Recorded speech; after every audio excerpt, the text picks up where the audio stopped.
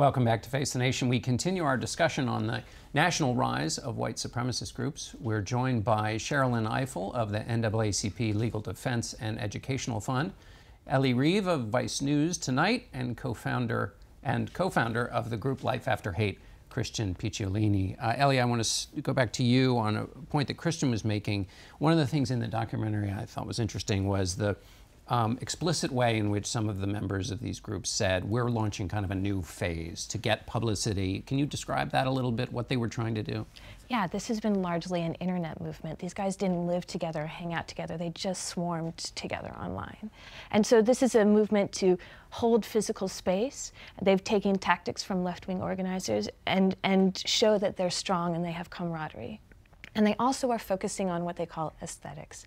They want to look middle class, successful, good looking. They don't want to look like the old, as they called it, white trash racist of the old times.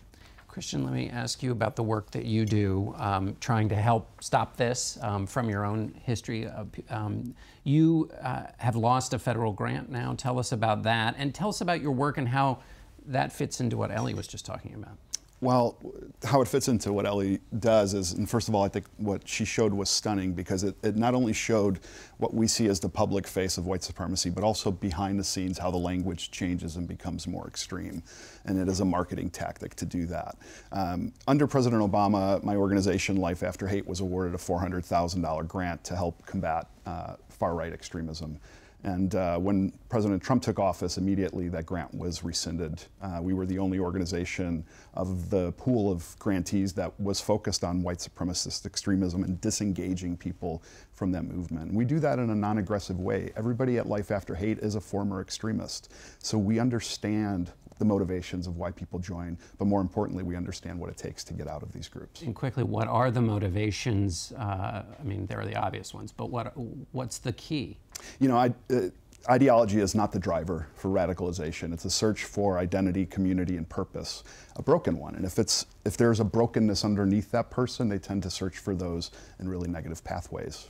Sherrilyn, let's talk about Congress, about the response to this. There's been a lot of commentary, but what do you look for next in terms of matching public action with the sentiment that has come out in response to Charlottesville? Well, I think this is really important, and I hope it doesn't get lost, because I think there's a powerful role for journalists like Ellie and the extraordinary film that she made and the extraordinary work of Christian. But there are also policy decisions that we should be expecting our leaders to make to deal with white supremacy. The United States Congress just a few weeks ago, by a vote of 51 to 42, approved a judge for the Federal Appellate Court of Appeals who ran a right-wing blog and regularly linked to birther articles and articles from white nationalist websites. I mean, Congress knew this. They're supposed to be looking at these judicial nominees and making sure that these judicial nominees are in the mainstream and are not extremists. The grant that Christian just talked about, the cabinet of the president and the coterie surrounding him, Sebastian Gorka and others, this is Congress's job to vigorously look during the confirmation process at each and every one of these individuals and to make sure that they don't have these kinds of connections.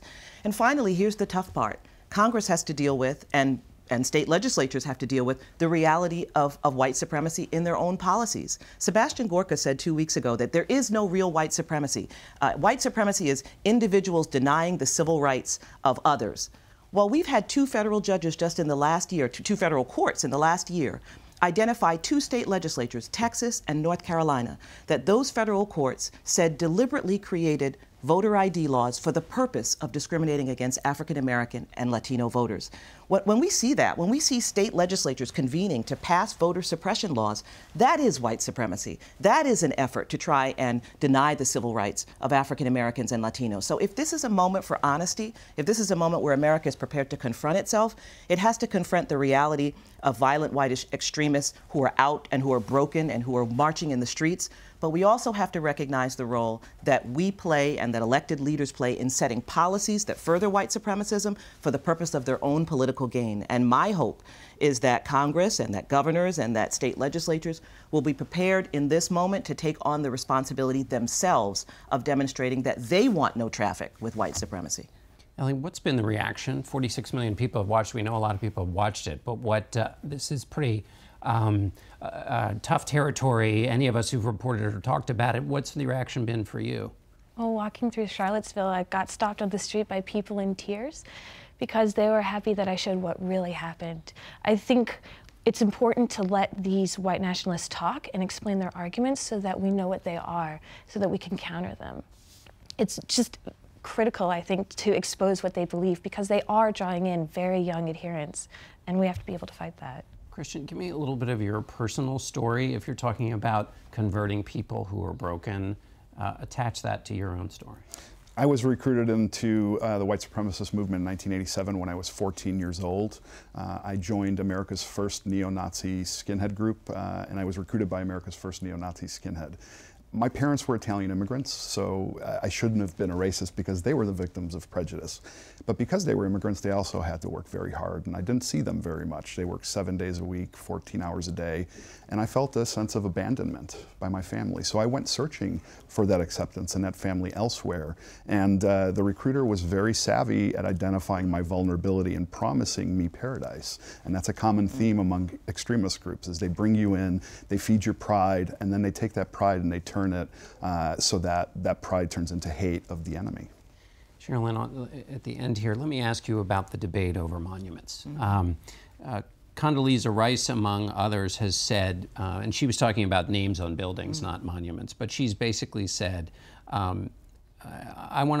this is a quote from her, I want us to have to look at those names and recognize what they did to be able to tell our kids that what they did, and for those kids to have a sense of their own history. When you start wiping out your history, sanitizing your history to make you feel better, it's a bad thing. This was not in relation to this weekend, but previous remarks she said, give me your sense of that and this debate that's happening. What we put on monuments and what names we put on buildings demonstrates what we revere. We honor those people when we make monuments to them. This is not about whether you're erasing history. You're still going to learn about the Civil War. You're still going to learn about Robert E. Lee in school. The question is, do you revere him? Do you lift him up in the town square for children to see and to recognize as a hero? So that's just inaccurate. No one's trying to erase history. The question is, in this country, are we prepared to face that these people were not heroes, that these people were traitors, that these people led us into some of the darkest days in our history?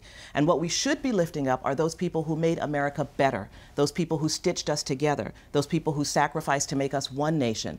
Those other individuals, they can be in the history books, just like they are in Germany. You don't see monuments to Hitler in Germany. They learn about their history, but they don't revere in the public space those people who represent their darkest days. And to go on to Sherrilyn's point, I don't think that this was about statues at all. I think it was an excuse, just like they corrupt the idea of free speech to have an excuse to have a rally with a big platform. This was absolutely not about a statue. All right, we're going to have to end it there. Thanks to all of you, and we'll be right back with our politics panel.